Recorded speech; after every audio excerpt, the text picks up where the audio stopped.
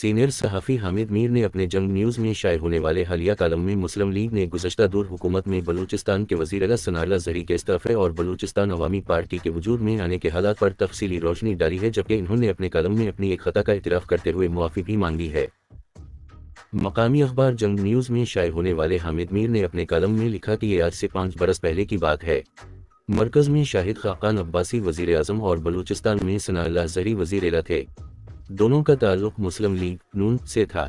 2018 کے انتخابات قریب تھے اور پیپلز پارٹی ایک دفعہ پھر بلوچستان میں اپنے قدم جمانے کی کوششوں میں تھی۔ بلوچستان اسمبلی میں مسلم لیگ قاف کے رکن عبدالقدوس بزنجو کو پیپلز پارٹی کی خواہش کا علم تھا۔ انہوں نے پیپلز پارٹی سے درخواست کی کہ وزیر اعلیٰ ثناء اللہ زرعی کے خلاف تحریک عدم اعتماد کامیاب بنانے میں ان کی مدد کی جائے، کیونکہ بلوچستان اسمبلی کے کچھ ارکان کے آصف علی زرداری سے قریبی تعلقات تھے۔ بزنجو نے وعدہ کیا کہ تحریک عدم اعتماد کامیاب ہونے کے بعد وہ پیپلز پارٹی میں شامل ہو جائیں گے۔ پیپلز پارٹی نے تن من اور دھن سے بزنجو کی حمایت شروع کر دی۔ عبدالقدوس بزنجو وزیر اعلیٰ کے خلاف تحریک عدم اعتماد لے آئے۔ ثناء اللہ زرعی کی اپنی جماعت کے ارکان صوبائی اسمبلی نے بھی ان کے خلاف بغاوت کر دی۔ ایک دن پارٹی قیادت نے وزیر اعظم شاہد خاقان عباسی کو حکم دیا کہ وہ کوئٹہ جائیں اور ثناء اللہ زرعی کی مدد کریں۔ عباسی صاحب کوئٹہ پہنچے اور زرعی کو رازدارانہ انداز میں مشورہ دیا کہ بہتر ہے آپ تحریک عدم اعتماد کا مقابلہ کرنے کی بجائے خود ہی استعفیٰ دے دیں۔ زرعی کو سمجھ آ گئی کہ وزیر اعظم صاحب پارٹی قیادت کے احکامات کی بجائے کسی اور کے حکم پر عمل کر رہے ہیں۔ انہوں نے وزارت اعلیٰ سے استعفیٰ دے دیا اور عبدالقدوس بزنجو نئے وزیر اعلیٰ بن گئے۔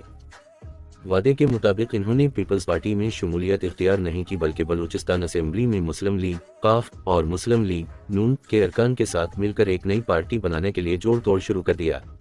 انہوں نے وفاقی کابینہ میں مسلم لیگ نون کے ایک وزیر جام کمال کو بھی اپنے ساتھ ملا لیا اور بلوچستان عوامی پارٹی کے نام سے ایک نئی جماعت بنا لی، جس کے صدر جام کمال بن گئے۔ اس پارٹی کے قیام کا مسلم لیگ نون اور پیپلز پارٹی سمیت بلوچستان کی قوم پرست جماعتوں نے بہت مذاق اڑایا۔ اس جماعت میں ہمارے کچھ پرانے مہربان بھی شامل ہو گئے اور ہمیں پتہ چلا کہ اس نئی جماعت کے قیام میں ایک خفیہ ادارے کے بریگیڈیئر صاحب کا بہت اہم کردار ہے۔ میں نے بی اے پی کے قیام کا خیر مقدم نہیں کیا، بلکہ طنز کرتے ہوئے کہا تھا کہ باپ کو بلوچستان کا نیا باپ بنا کر صوبے کے مسائل حل نہیں ہوں گے بلکہ پہلے سے زیادہ پیچیدہ ہو جائیں گے۔ 2018 میں آزاد امیدوار کی حیثیت سے سینیٹر بننے والے صادق سنجرانی کو people S party Tehreek Insaf اور ایم کیو ایم نے چیئرمین سینٹ منتخب کرایا تو وہ بھی باپ میں شامل ہو گئے۔ 2018 کے عام انتخابات میں باپ کو بلوچستان اسمبلی میں 19 اور قومی اسمبلی میں 5 نشستیں ملیں۔ ہمارے دوست میر خالد حسین مقصد قومی اسمبلی میں باپ کے پارلیمانی لیڈر بن گئے اور ہم اپنی پرانی بے تکلفی کا فائدہ اٹھا کر اکثر نجی محفلوں میں ان پر طنزیہ فقرے کستے رہتے اور وہ کمال عاجزی کے ساتھ اپنی سیاسی ولادت کا اعتراف کرتے ہوئے کہتے کہ ہمارا تعلق پاکستان کے اداروں سے ہے، کسی دشمن ملک کے ادارے سے تو نہیں۔ ایک دن تو باپ کے ایک سینیٹر بابر نے حق گوئی کی انتہا کر دی۔ وزیر اعظم عمران خان نوشکی آئے تو army chief general Qamar Javed Bajwa بھی ساتھ تھے۔ باپ کے کئی سینیٹر اور ارکان اسمبلی نوشکی میں وزیر اعظم کے استقبال کے لیے موجود تھے۔ یہاں وزیر اعظم نے باپ والوں سے کہا کہ اپنی پارٹی کو تحریک انصاف میں ضم کر دو۔ باپ والوں نے جنرل باجوہ کی طرف دیکھا تو انہوں نے ہاتھ میں پکڑی چھڑی گھماتے ہوئے آسمان کی طرف دیکھنا شروع کر دیا۔ وزیر اعظم نے ذرا سخت لہجے میں باپ والوں سے کہا کہ آئندہ حکومت بھی میری ہوگی، لہذا میری پارٹی میں شامل ہو جا۔ اس موقع پر سینیٹر بابر نے دونوں ہاتھ باندھ کر وزیر اعظم سے عرض کیا کہ جناب آپ تو جانتے ہیں کہ ہمارا مائی باپ کون ہے۔ وزیر اعظم نے انجان بنتے ہوئے کہا کہ کون ہے تمہارا مائی باپ؟ سینیٹر بابر نے آرمی چیف کی طرف اشارہ کیا اور کہا کہ یہ ہمارا مائی باپ ہے، یہ جیسا کہے گا ہم ویسا کریں گے۔ جنرل باجوہ نے فوری طور پر ایک وضاحتی بیان جاری کیا اور کہا کہ فوج کا سیاست سے کوئی تعلق نہیں۔ وزیر اعظم کو سمجھ آ گئی کہ باپ کا باپ ابھی راضی نہیں۔ اس قصے کا پتہ چلنے پر میں نے بابر کے ساتھ خوب ہنسی مذاق کیا، لیکن انہوں نے یہ کہہ کر مجھے خاموش کرا دیا کہ کم از کم ہمارے ظاہر و باطن میں کوئی فرق تو نہیں ہے۔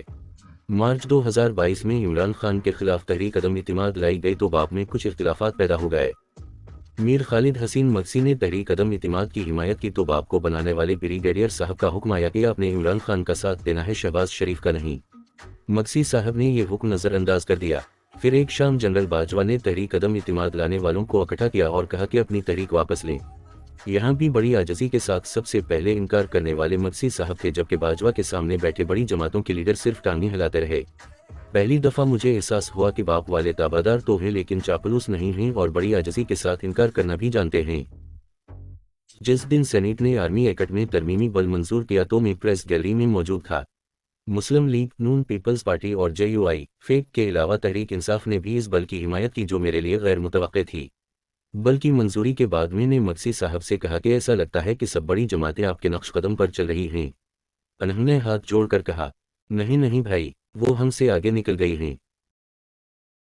آرمی ایکٹ ترمیمی بل کی بھی کھل کر طاہر بزنجو اور مشتاق احمد خان نے مخالف کی اور اتوار کو پرتشدد انتہا پسندی کے خاتمے کے بل کی مخالفت میں بھی طاہر بزنجو اور مشتاق احمد خان آگے تھے۔ البتہ جے یو آئی فیک کے عبدالغفور حیدری صاحب بھی ان کے ساتھ شامل ہو گئے اور چیئرمین صادق سنجرانی نے اس بل کو ڈراپ کر دیا۔ آنے والے دنوں میں پارلیمنٹ سے پرسنل ڈیٹا پروٹیکشن بل، ای سیفٹی بل اور پیکا ایکٹ 2016 میں ترامیم کے بل بھی منظور کرانے کی کوشش کی جائے گی۔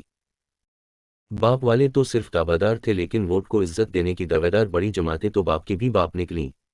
پہلے تحریک انصاف نے باپ کو ہڑپ کرنے کی کوشش کی، پھر پیپلز پارٹی نے باپ میں نقب لگانے کی کوشش کی اور اب مسلم لیگ، نون کی باپ پر نظر ہے۔ پتہ نہیں باپ کے ساتھ کیا ہوگا، لیکن میں باپ والوں سے اپنی ماضی کی تنقید پر معافی مانگتا ہوں کیونکہ آپ تو صرف تابعدار تھے لیکن جو آپ کو ہڑپ کرنا چاہتے ہیں وہ تو چاپلوس نکلے۔